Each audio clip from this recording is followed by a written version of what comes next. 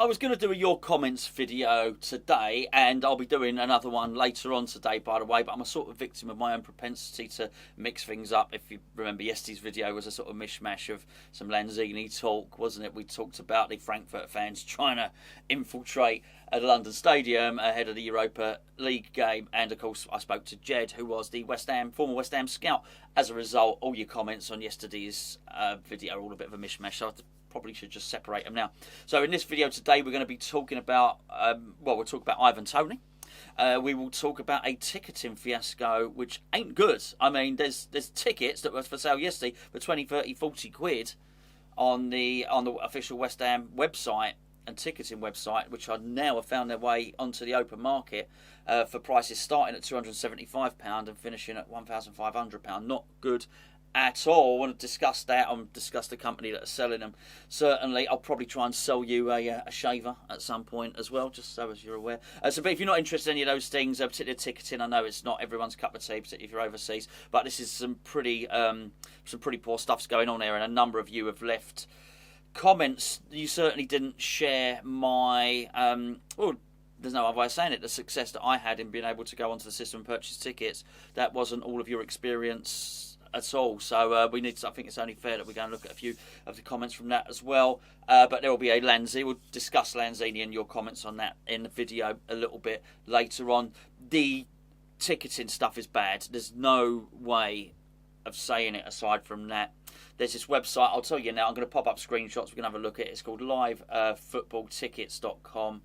And I tell you what, it doesn't look like a particularly ramshackle operation. It has a very smooth website, look very, very good. Some good software on it as well. This is a website well set up for selling tickets, not just West Ham tickets, just selling tickets.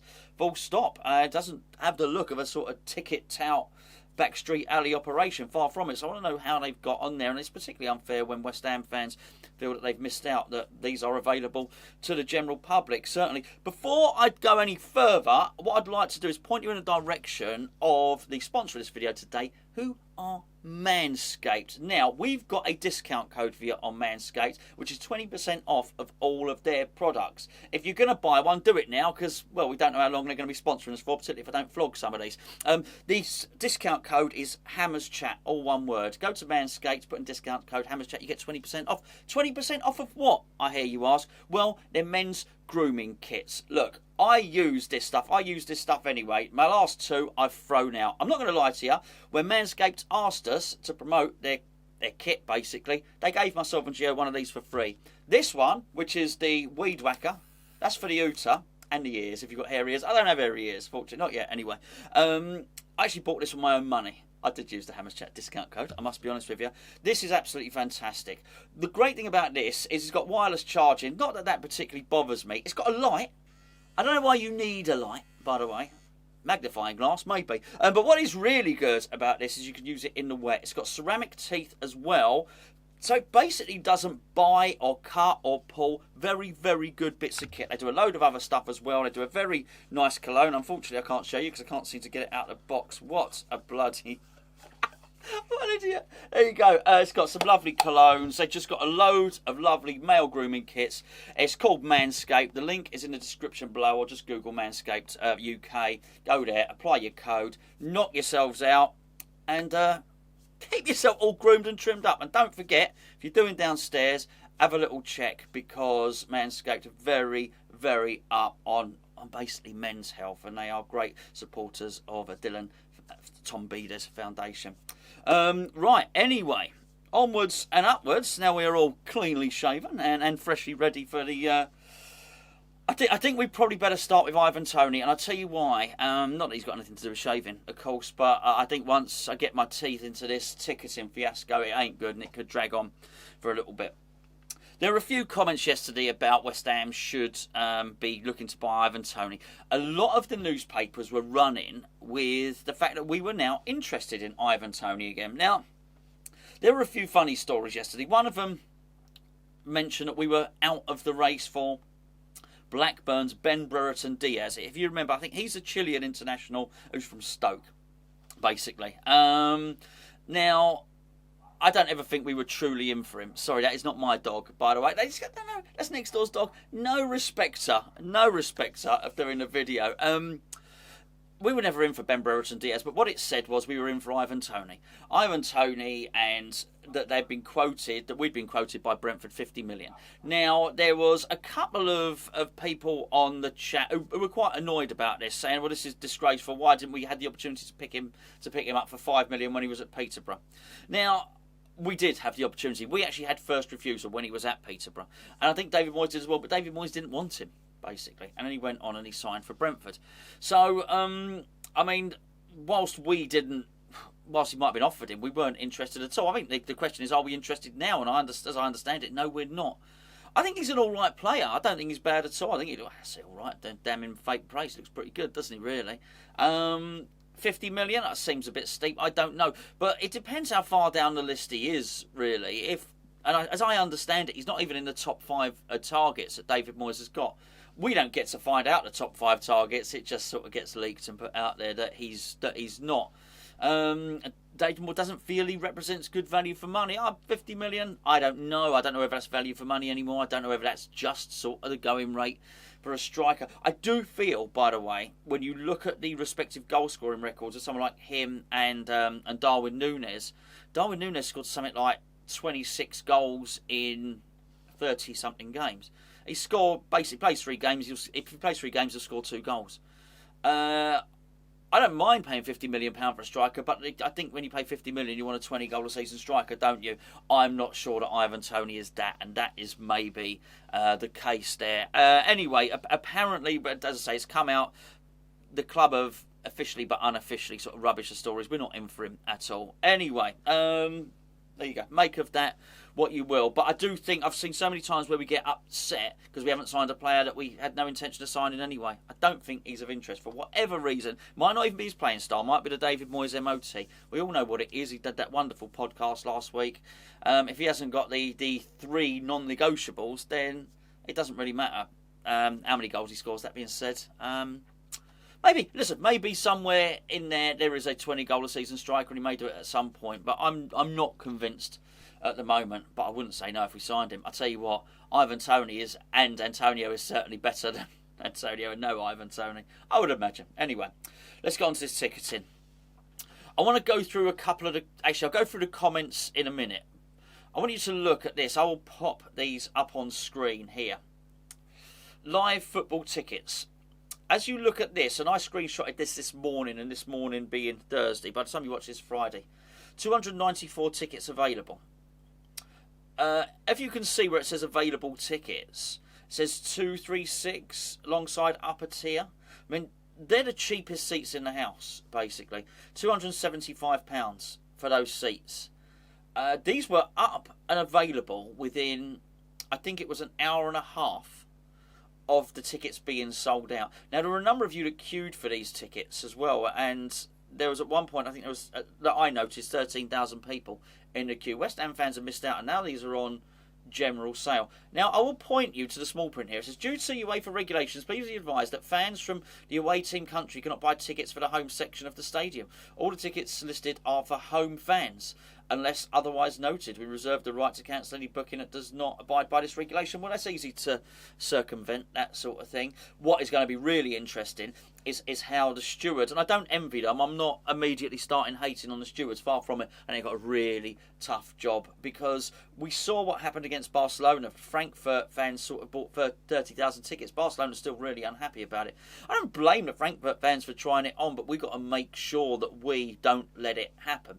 Now, I think as West Ham fans, we did our bit. I think we queued up and we bought our tickets, and hopefully you'd like to think that there are no West Ham fans that are selling them on, but this has created an open market that shouldn't be there. Basically, how are these guys going to ascertain whether somebody's German or not? I mean, I just don't get it.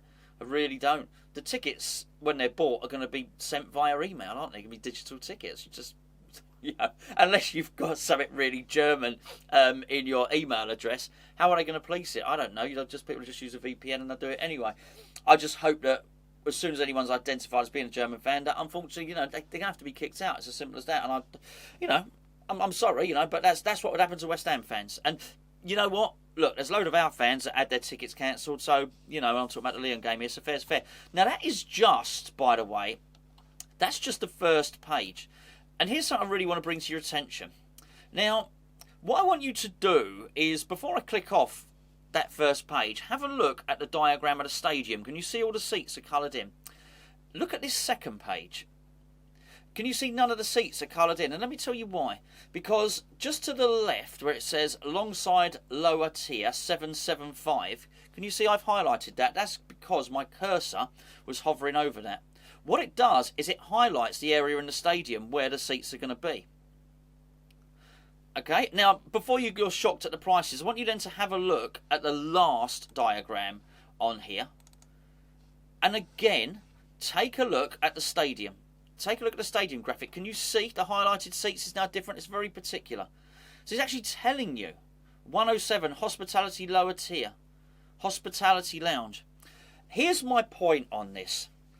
Very, very evident that this is some high-tech software. This is not some tickets that have just been uploaded really quickly without some knowledge of it. There has to be some software that allows you to hover the cursor over the particular ticket and then it highlights the place in the stadium where you'll sit. There's a configuration there. This is high-tech stuff. There's no doubt about it. And I just don't understand how this is allowed to happen. How have they got that information? How have they got the interactive stadium map? I just don't understand. I really would like to know how these tickets have got into the hands of this company. But all I'm saying is, if it was just a bunch of touts who'd got it, they wouldn't have this high-tech stuff there. They wouldn't, within an hour and a half, they wouldn't be able to upload the tickets and basically, look, say, right, we've got 200-300 tickets here. They're for sale, this is where they are. They would be able to do that, but they wouldn't be able to have them where you'd click on the ticket and it'd show you exactly where you were sitting. Because that would just take too long to do that manually. You don't have enough time in an hour to do that. This is an automated system. It's an automated system. They've obviously got prior knowledge of the stadium. Weird, really, really weird. There's another story behind this. I'll tell you that much now. There was something else. Look, the club's partners are P1, by the way. Now, there's some people saying that there's some hospitality tickets at P1. All I would say is I don't know the relationship between the club and P1. I don't have a massive problem with that. There's no normal seats available. It's all corporate hospitality. The corporate hospitality just for the game. It seems to be about the price that corporate hospitality is. They're a club partner, and when you click on it, there's an affiliation between the club site and the P1 travel. The only thing with being on the P1 travel is you're able to book a room in a local hotel as well. It doesn't appear to me that anyone's making hundreds of pounds extra profit on it. It's sort of like the club using Ticketmaster for the main ones. I think they're using P1 for that. I don't really have a problem with that. What I would have a problem with is this, where there are tickets that are £50 tickets that should be in the hands of normal fans and are up for 300 quid. The other thing I would say, and I'm glad I took a screenshot of this as well, if you looked on that first image, it said that there were, let me just get this right, let me put it up there, 294 tickets available.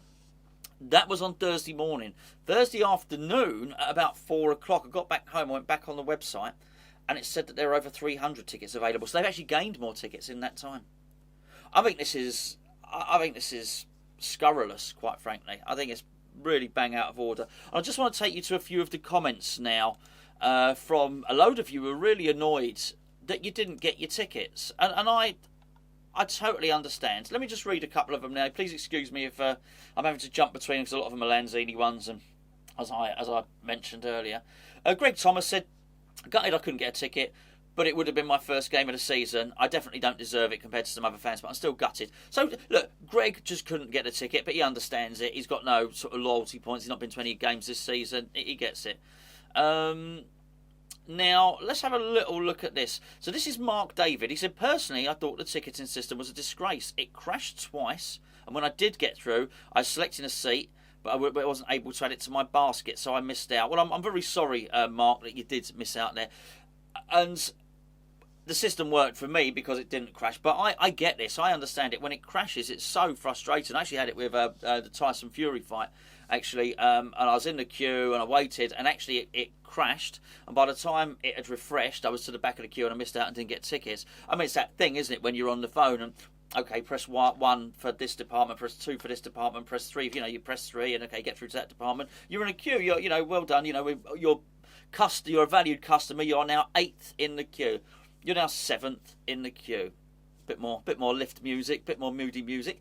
You are now 5th in the queue. You're thinking, great, I'm getting somewhere. The line goes dead. You then phone back up, and you just press 1, and then you press 4, and you press 5 again, and then it turns around and says, thank you, your customer is valued. You are 16th in the queue. Ah! It's horrible. It's horrible. And you know what? If the system's crashed, the system's crashed. I mean, there's no nice way. A Happy Hammerette.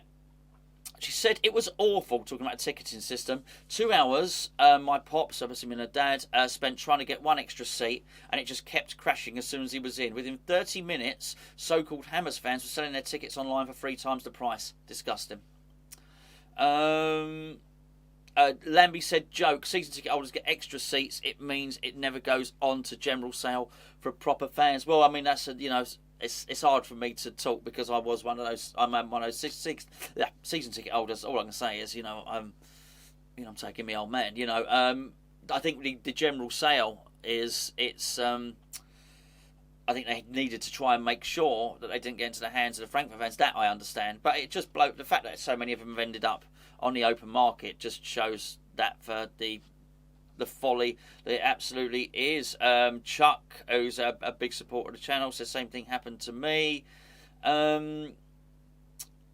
What else have we got? Okay, Anthony Hollington said, ticketing system was hard work for me on a smartphone, but I was lucky to get a ticket in the end. I missed out on a ticket for the Lyon game, but I went to 3 other European nights, with Sevilla being one of them. Let's hope we're all happy Hammers again when Frankfurt visit the London Stadium.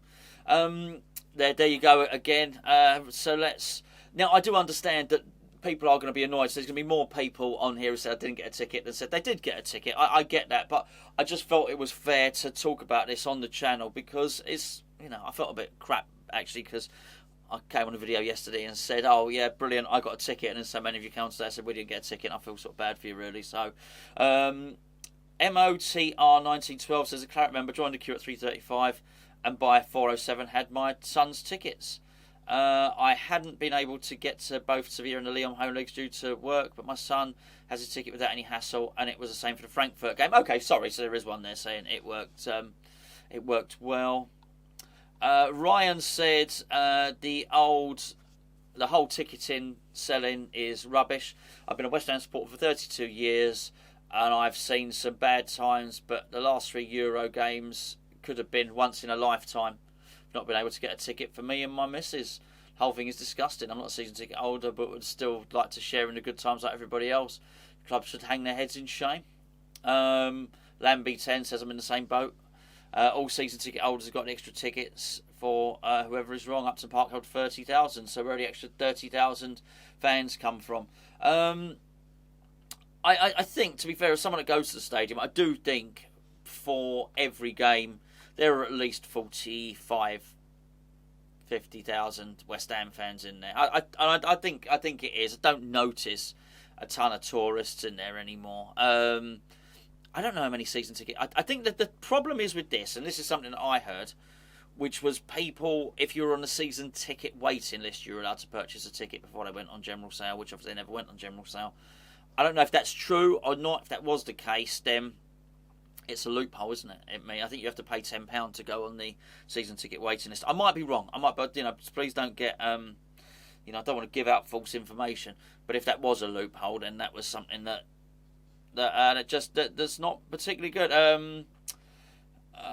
There's lots of ticketing stuff on it. You get.